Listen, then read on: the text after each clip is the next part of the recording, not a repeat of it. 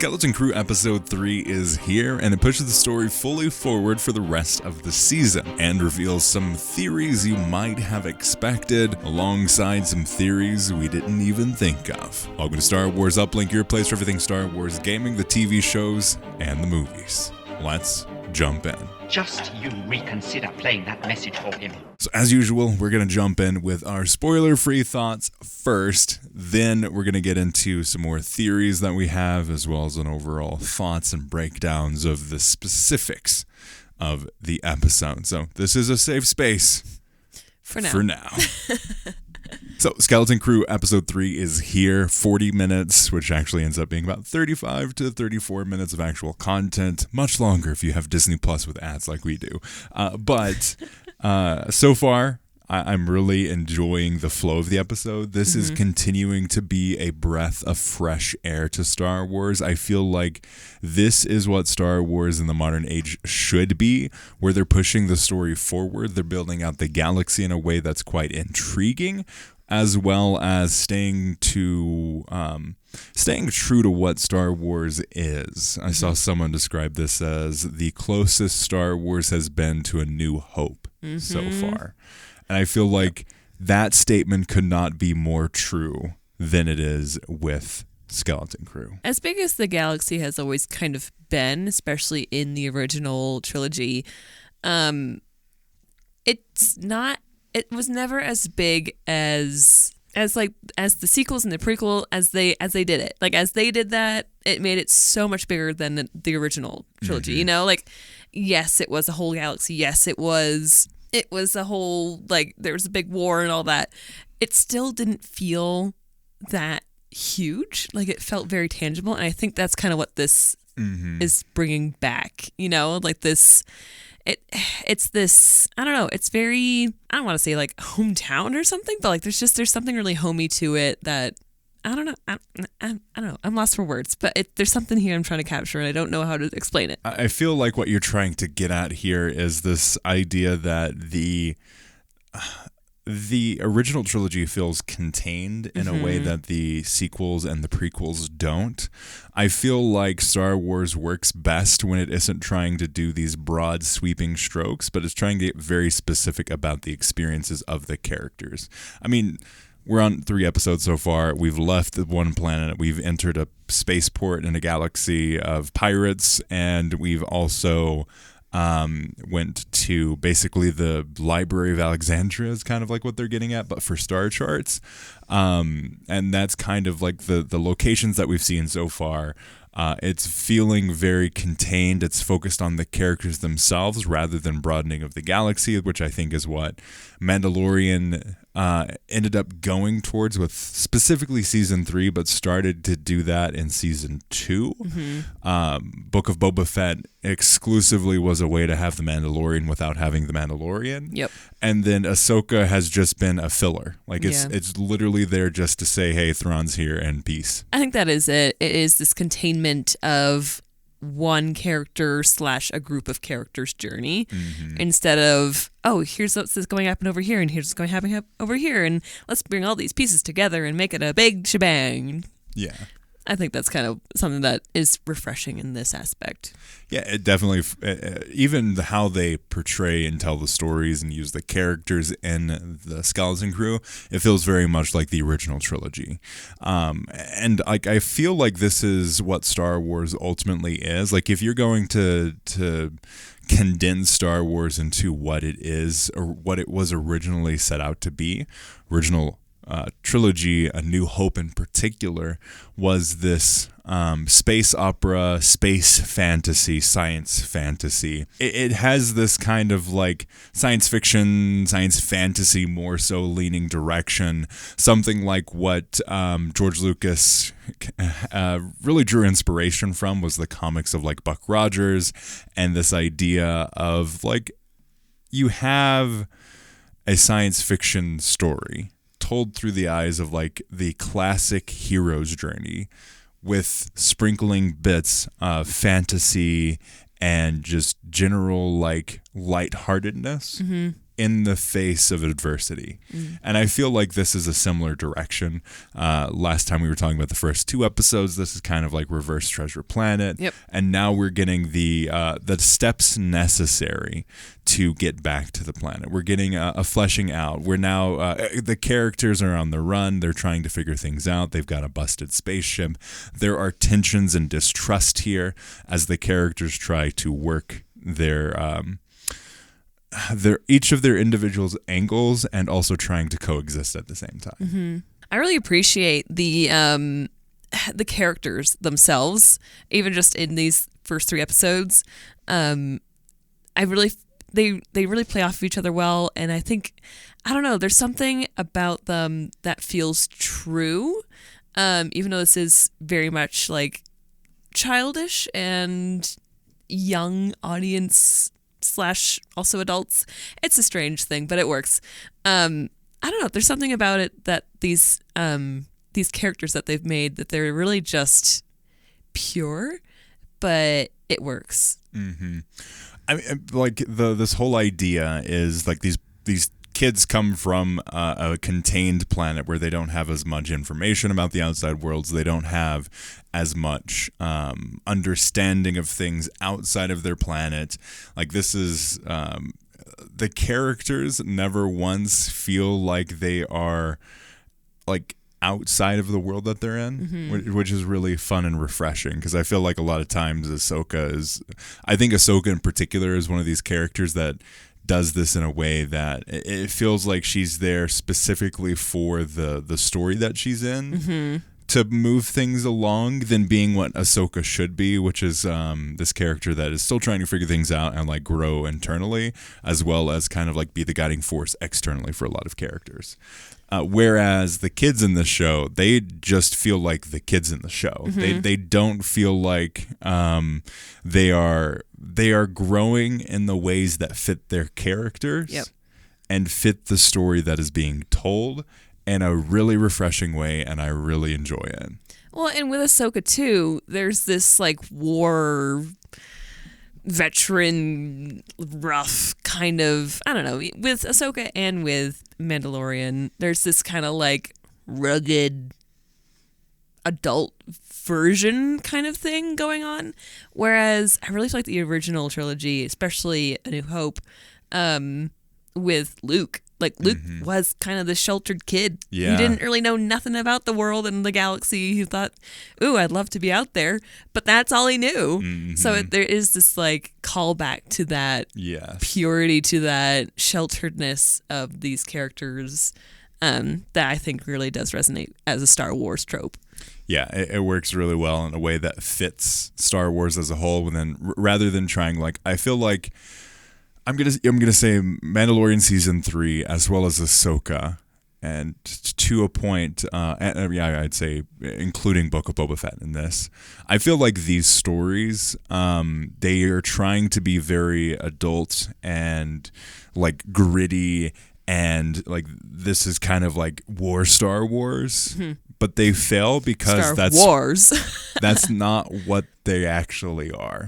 Like, they want to have this tone of like grittiness, but they also are like completely ridiculous in terms of the things that are happening. They take a lot of jumps and that kind of stuff. It feels like they want like the grittiness of the Star War, but also want to play with the characters like they're all action figures. Yeah. And there's kind of like a tonal disconnect. Whereas like something in Andor, you have like, this is full-on war story.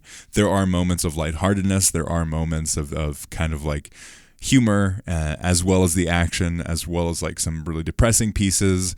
But it works cohesively across the whole of it. And I feel like Skeleton Crew is like the same idea, but in the opposite direction.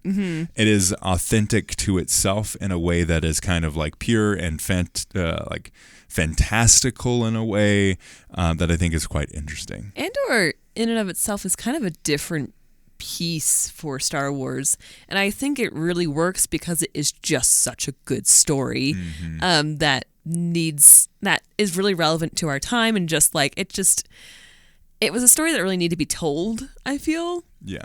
But at the same time, like, if I were to compare it to the original trilogy, I'd be like, these are two totally different things. and yet it's still Star Wars. Yes. So really interesting. But I would actually say that Skeleton Crew is more Star Wars feeling than Andor is. Yeah.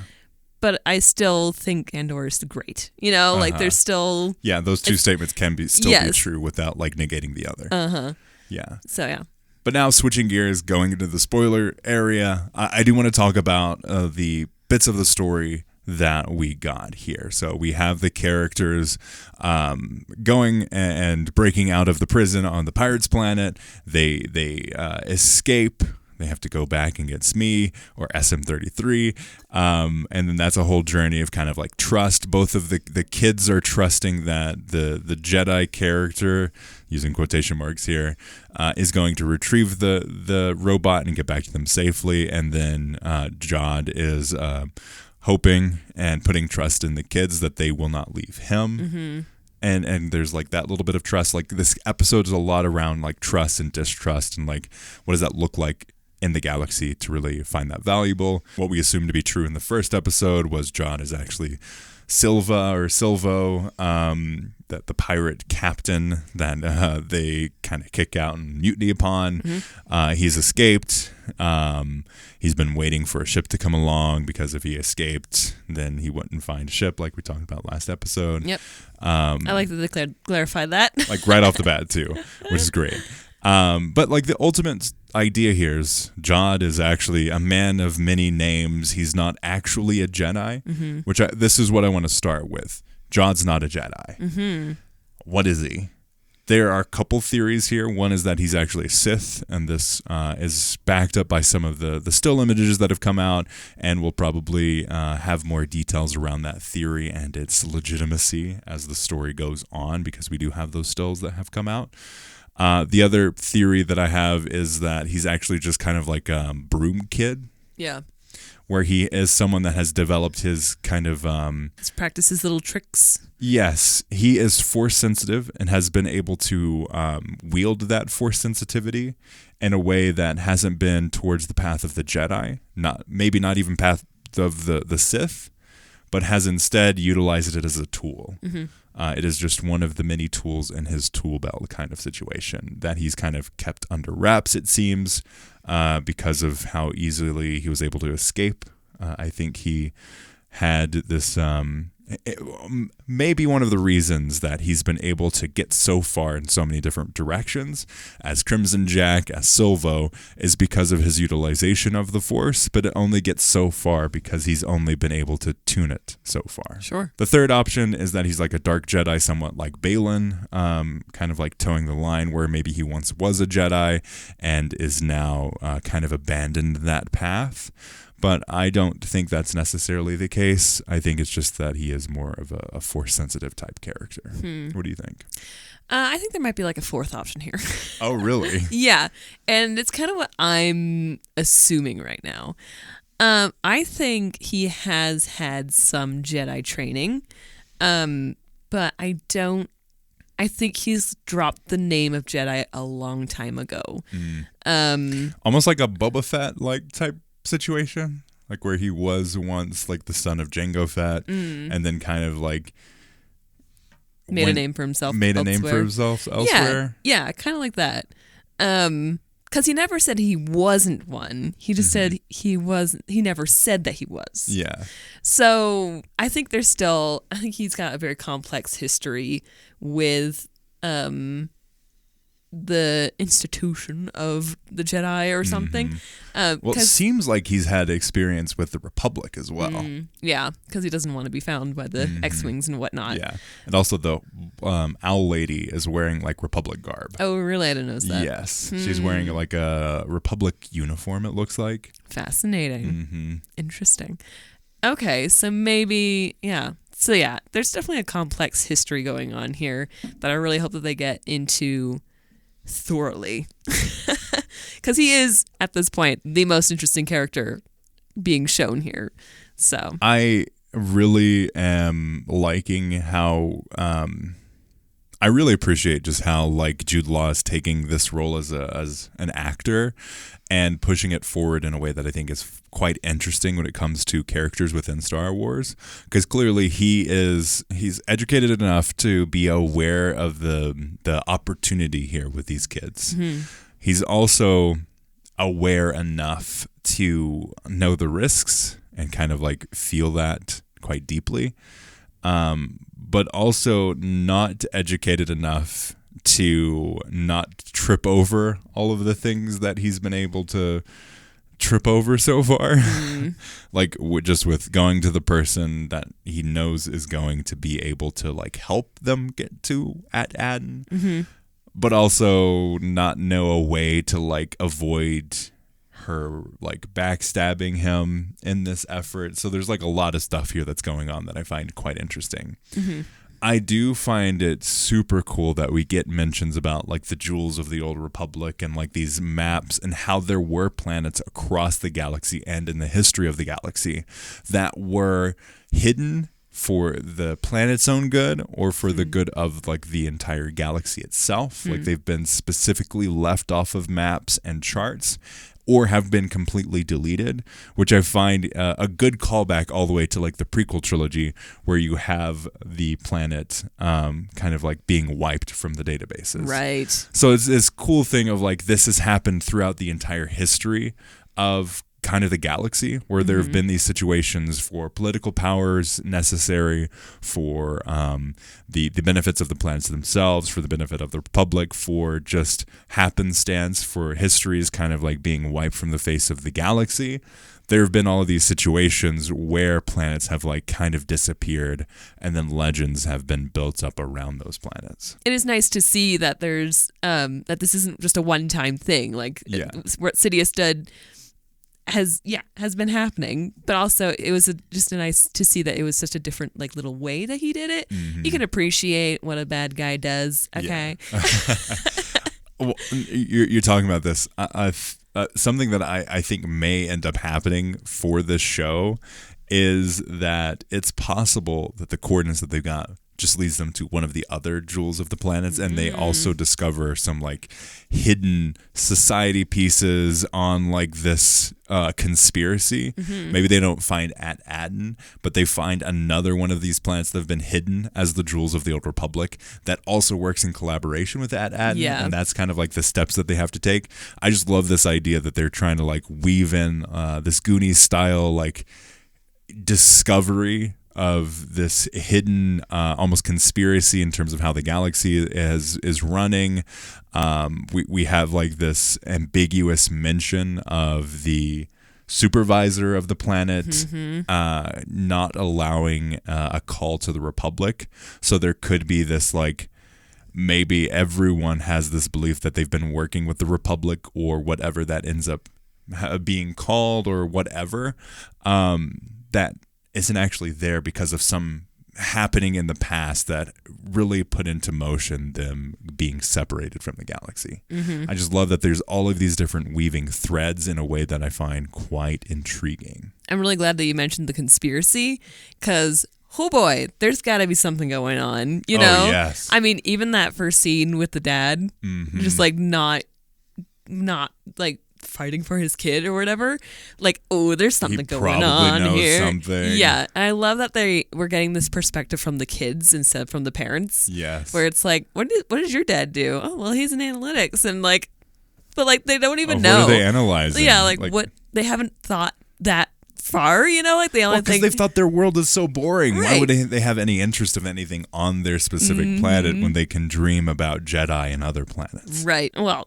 if there were other planets, I mean, like they barely even knew that. They know about planets that were destroyed years and years and years ago. So fascinating.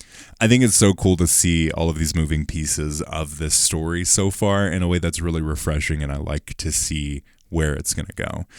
Are most of the theories that we're thinking of probably on the nose? Yes, it doesn't seem like it's super complex from a storytelling structure in terms of like, oh, they're going to go this day, they're going to say they're going this way, but it's actually this way. More than likely what's going to happen is what we assume is the clearest path forward, which isn't a bad thing because that's how Star Wars started. And if you really think about it, when Star Wars was the most complex storytelling wise was when it was the shakiest, because that's the sequels where you don't have a full story arc. Whereas when you look at, we have farm boy that joins the rebellion to help blow up Death Star. Yep. Death Star starts all of these other things in motion, and by the end of it, he becomes a Jedi Master and destroys the Empire. Like, that's the whole journey of the entire original trilogy. Good guy wins. Exactly. That doesn't necessarily mean it is a worse off story than the sequel trilogy, because clearly that was incredibly messy. They didn't know which direction they had. Whereas I think Skeleton Crew, we're going to assume some things will happen, and they probably will happen. And there will also be surprises in the ways that they execute those things happening. Yeah. So that's going to be interesting to see. Yeah. But let us know your thoughts in the comments below if you're watching this on YouTube, or contact at uplinkpodcast.com if you're listening to this wherever you find podcasts. As always, thank you for listening, and may the Force be with you.